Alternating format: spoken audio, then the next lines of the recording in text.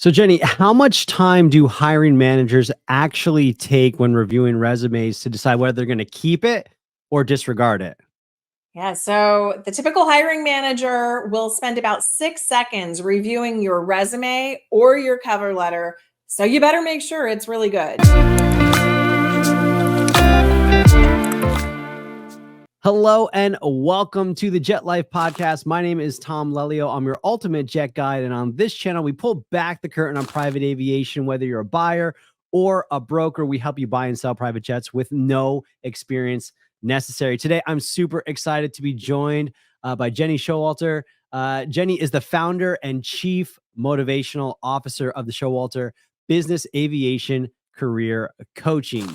Her industry experience stems from working as a third generation in the family's FBO, the former FBO, that's Showalter Flying Service in Orlando. And Showalter also serves as the board secretary for the Central Florida Business Aviation Association, that's CFBAA, and as a member of NBAA's Business Aviation Management Committee, BAMC. Jenny, welcome to the podcast. BAMC, yes, you're so welcome. It's great to be here, Tom. I know acronyms.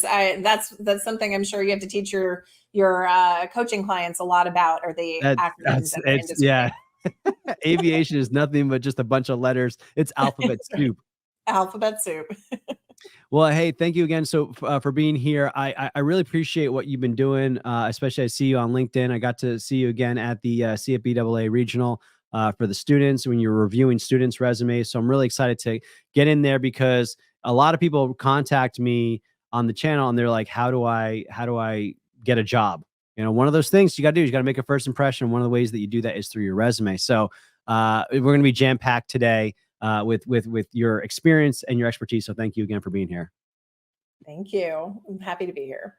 So right off the bat, I mean, I just got to ask because I was fortunate enough. I was in a position where a company just took a shot on me. I was a youth minister for 10 years, worked at a music school as the manager for sales and marketing for 3 years, and then just was looking for something different and happened to find an ad on Indeed.com for an executive sales agent. And turned out it was selling private jets, and they took a shot on me.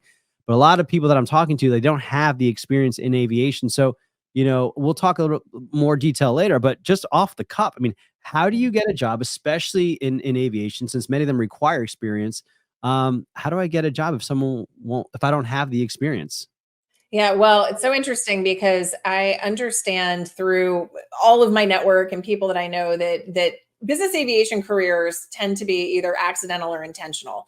And there are a whole lot of people that accidentally find themselves in it. And if you don't have experience in business aviation yet, you want to become part of the industry. One of the big things that you can do, and this actually speaks directly to the resume, is you look at the skills that you do have, whether it's just from your education because you don't have practical job experience yet, or from other work experience. And you go ahead and you take that experience and you use the skill sets that you have in that and highlight those on your resume. You highlight those in interviews and on your LinkedIn profile. And you show people that although you don't have real experience in the industry, you have skill sets that could be beneficial.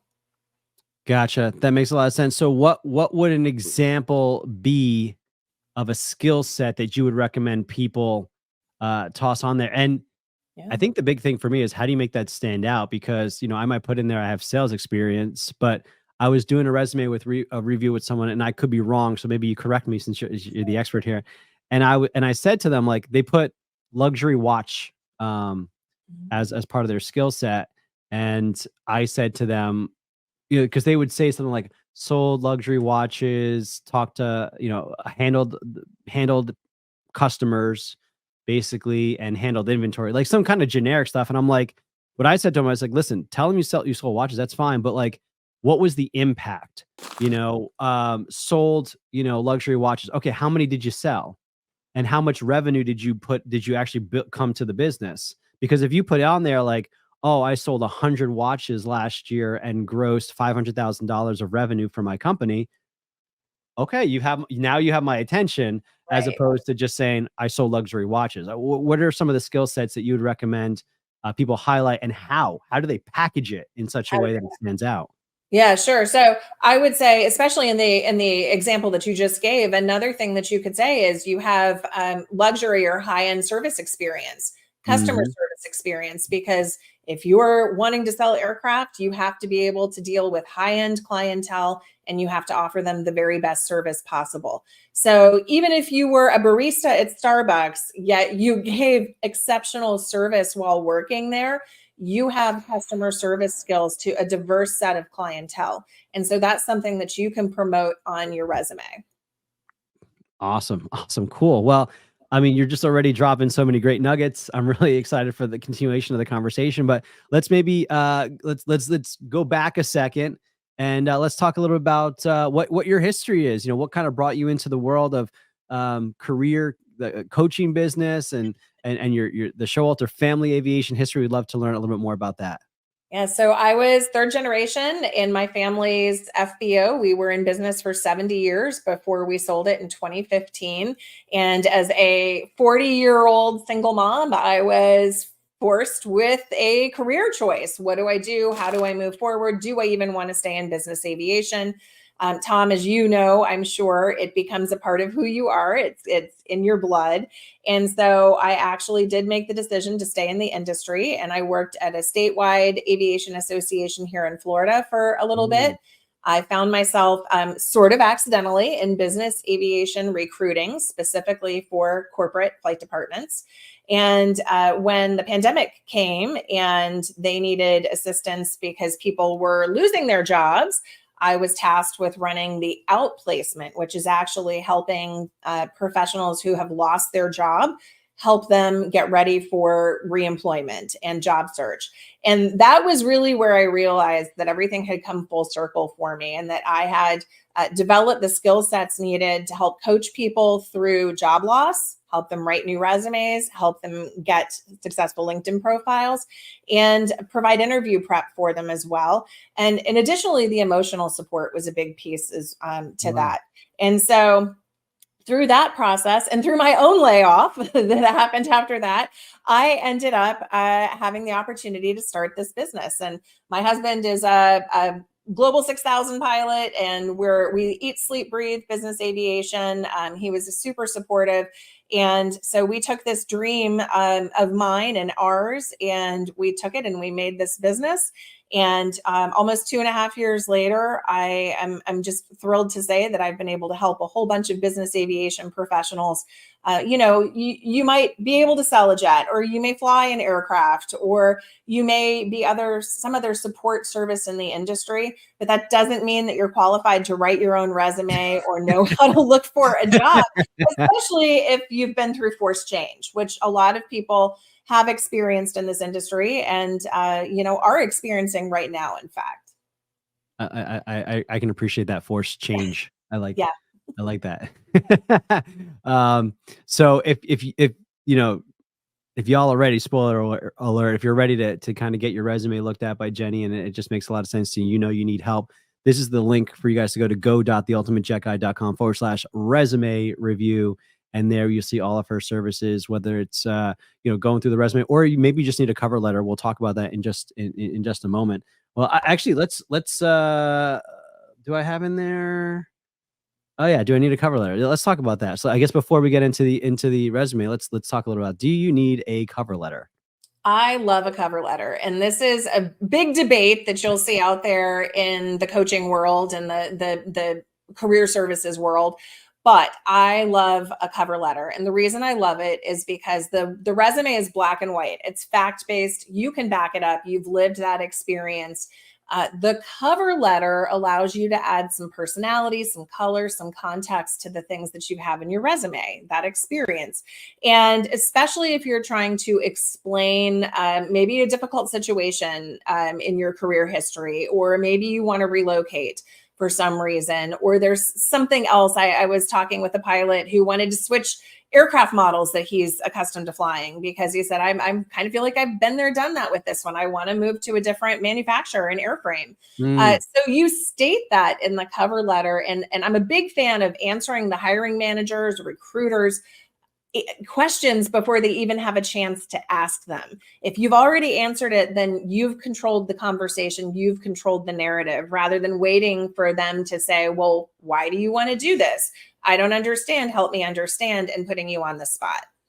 Ooh, I love that the fact that you can answer a question before it even comes up through a cover letter. How long are we talking? I mean, 5 pages, something like maybe a No. novel. Maybe you should write a book. I don't know. Like, No.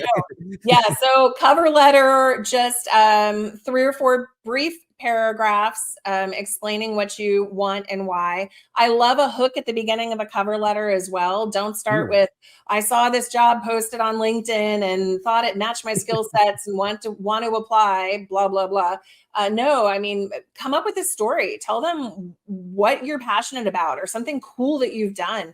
Get them engaged, get them hooked for the cover letter. The resume, it should be no more than 2 pages, 2 pages max. And I say that it used to be 1 page was the standard. I don't believe that's true, and nor does the resume writing community believe that anymore either. If you have gained a lot of experience over the course of a career and there is enough relevant, valuable information to warrant 2 pages, you may go to 2 pages. You just have to use most of the 2 pages. Don't go over because you've got 3 sentences that slid over. There are very creative ways to format and make sure that everything can fit onto 1 page, or you just have to hit the delete key. Either way, but a 1 page is effective for somebody who is younger in their career, or maybe it's somebody who is a pilot but doesn't have a lot of leadership experience in their background. Then 2 pages would be my max on that. Gotcha. I remember when I was first starting out to be a youth pastor, I had the cover page was basically like I'll see if I can find it. But it was basically like a picture of me, and it was like a graphic design, like, it was, I'll have to show it to you. We'll get your feedback on it in a little bit.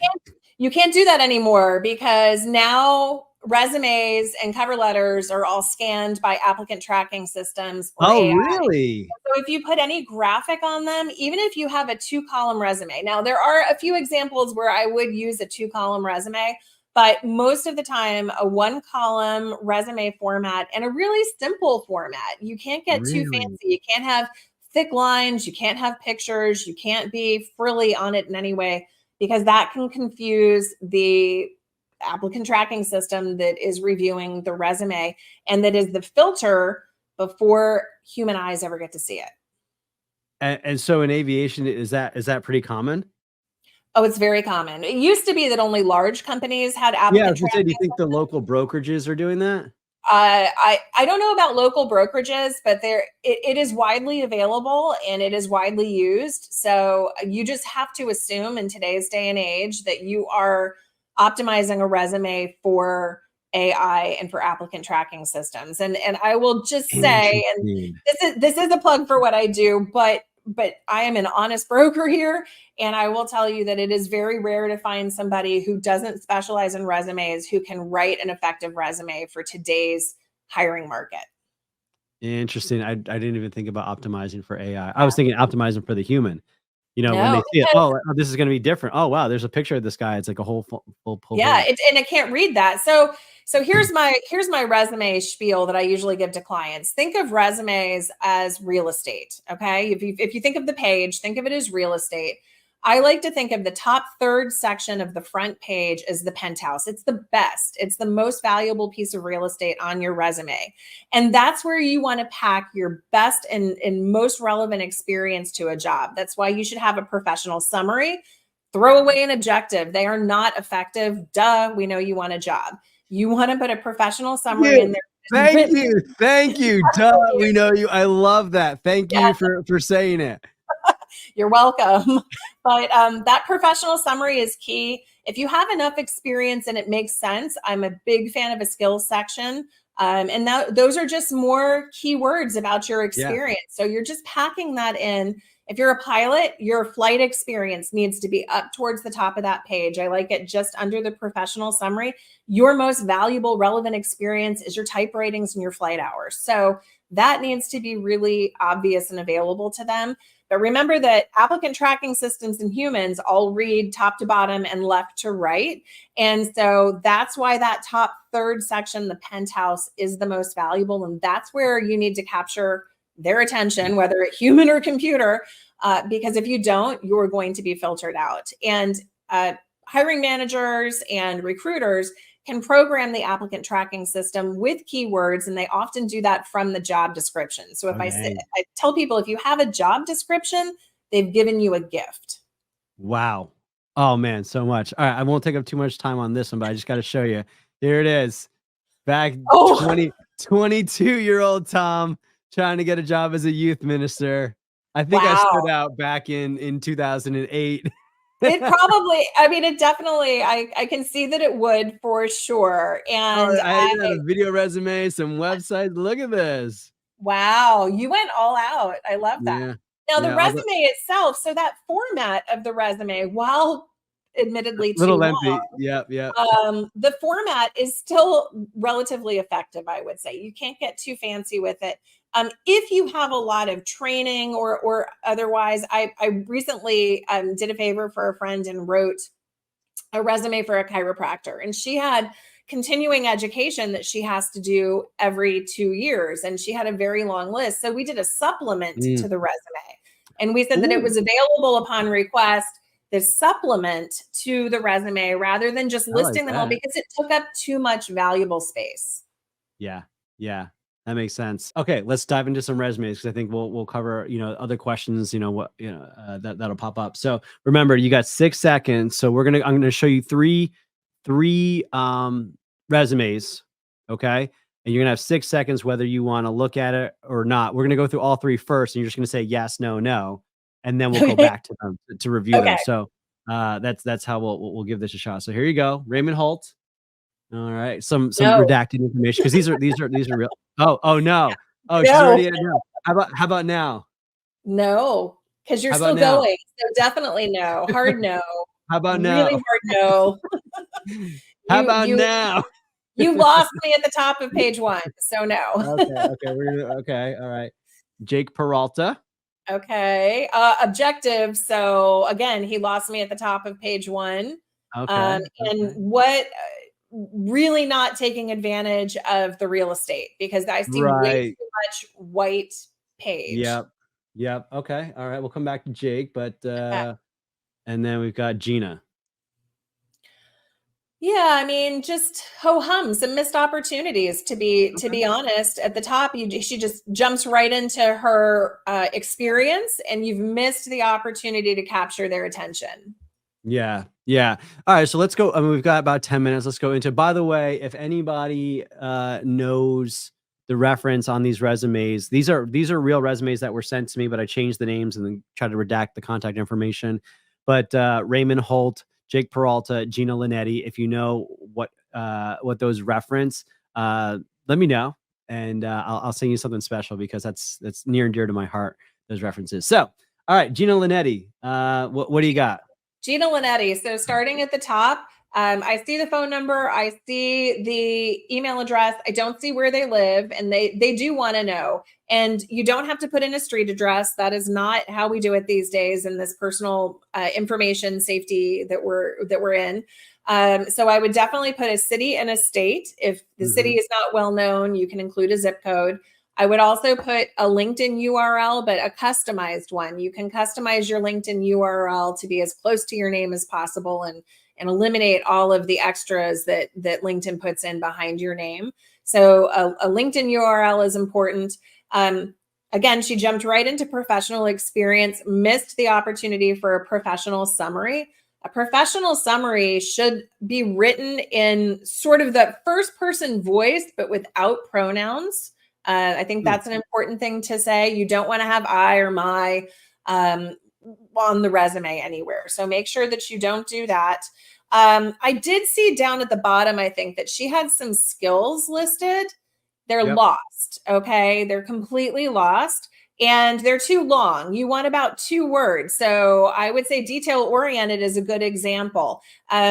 Organized is one, or organization. You know, but she's got to shorten those and they need to be moved up in the resume. If you're going to bother with the skills section, their keywords, put it up. The skills section is where I love to take language from the job description and put it into the skills section. It's very interchangeable and it could capture the attention of whatever is scanning the resume. So I love that. Just to be clear, now we also want to judge these in the context of becoming an aircraft broker. So if that helps too, and I would ask too, like if they don't give you much. For me personally, I would if I didn't get much, I would try to set myself apart by, I don't know if being creative is the right word, but just trying to give them more than what maybe they're asking for. I don't know. It's kind of a tough balance, right? Because you want to follow directions, but at the same time, you also, part of my personality, like if you go strength finders or whatever, is like maximizer too. So, you know, like they said, like we're looking for a salesperson, like I might put in there like, you know, sales and marketing. I don't know. I'm just kind of thinking out loud. Yeah. So the way I like to do the skills section, Tom, is you look at the job. If it's a job that you're not familiar with, like I wasn't big into chiropractic personally, so I Googled it and I found out what skills work well in that. And we went over the list together and she said, yes, I'm really good at this. No, this isn't my strong point. And I like to combine on the skills list. Soft skills are desirable on a resume to a degree. So I like to use some harder skills over towards the left because people are going to read the left-hand side of that first. So it's with skills, I start with harder skills and I move into softer skills. So that may be your communication, your collaboration, your teamwork, things of that nature. So that's just something I do. So I would say if you want to be a jet broker, find Google or Tom, put together a list of frequently needed keywords, key strengths for that role. And then, you know, I would just review that list and see what worked well for you. Ooh, I love that. That's a great piece of content for aspiring brokers. It's, you know, Yeah, absolutely. Because I have to do research all the time when I write a resume. I don't know everything. I'm very familiar with business aviation, but I still find things that I'm not up to speed on. So I'm always doing research. It's just a part of being, you know, successful at this. Yeah. Yeah. And I know we're moving super fast, but this is why it's super important. If you're interested in a resume review, to go.theultimatejetguide.com/resume review and start working with Jenny, because she, you know, make sure that you're dialed in and you don't want to take a chance on this. This is not something that it's like, oh, I'll get to it whenever, or, you know, aviation is a small industry and job opportunities come up very infrequently. So when you have an opportunity to be in front of someone who is actively hiring, you need your resume to stand out, because a lot of times it might be who you know, it might be experience that you have, or book of business that you have, but you might find someone. Your resume is your opportunity to have the best chance of breaking into an industry that's very difficult to break into. That is such a true statement. I tell you what, and it used to be who you know mattered more, and now it's impossible to get a job without a piece of paper with your information on it. And if it's a job you really want, it's a really small investment on the front end in the long run to have your resume professionally done. Yeah. Yeah, for sure. Let's take a look at Jake Peralta. You like the fact that there was an objective, or you didn't like the fact? No, I don't like objectives. I like professional summaries. But what he has is a bit like a professional summary. Yeah, He's just yeah. called it an objective. So if you really look at the verbiage, that is more professional summary speak versus objective speak. Okay, nice. Here's the watch dealer. Okay, yeah. So something I do like that he has done in many of these bullet points. So he's got them numbered. I prefer just a bullet point, because again, it's a quick read, 6 seconds. Give it to me in a small bite and I might actually read it. So I would get rid of the numbers. I would put in bullet points, and what he has done in a few of these bullet points is really good, and started it with an action verb. So the successfully managed, I don't like starting it with successfully really, but I would say manage luxury watch sales, built is good, provided is good, developed is good. So you want to start each bullet point with an action verb, and you want to make it a complete sentence, again, minus pronouns. We don't want those in there. But you want to see, as he showed here, resulting in a 30% increase in repeat business. You want to show what value your efforts gave the company. Right. So building and maintaining strong client relationships with that growth in retained business is fantastic. Speaking of real estate, do we put high school diplomas? No, I would not put a high school diploma unless you were younger in your career and you didn't have any I think this person is younger because they just graduated, or they're supposed to graduate, so they're just barely even in college. Yeah, just barely. The high school education won't do much for you there, and I would strongly encourage you to take the dates off of your education, because if you put a date on an education, it dates you. People can easily figure out your age, because we know that most people graduate high school at 18, and you can do the math. So that is a way that we want to sort of, I guess, mask what our age is on there, because really they're not supposed to know. You do date professional development. So if you've taken a course or a class, you do date that, but you don't date formal education. Oh, interesting. Yeah. Yeah. Yeah. And then with the certifications, I would say we would want to know where the certification was obtained and when, because again, it's professional development. So I got to ask you, does knowing how to work Microsoft Office, is that a thing? It is. So do not write a resume in Canva. I use Canva for my business, but Canva is made up of small text boxes. Right. And if you have that, again, the applicant tracking system can't read it. So you can have a beautiful resume done in Canva, but if it's not readable and it's not going to get you to the next phase of that hiring process, then what's the point? So Word is the gold standard for writing resumes. I still teach myself new things in Word all the time.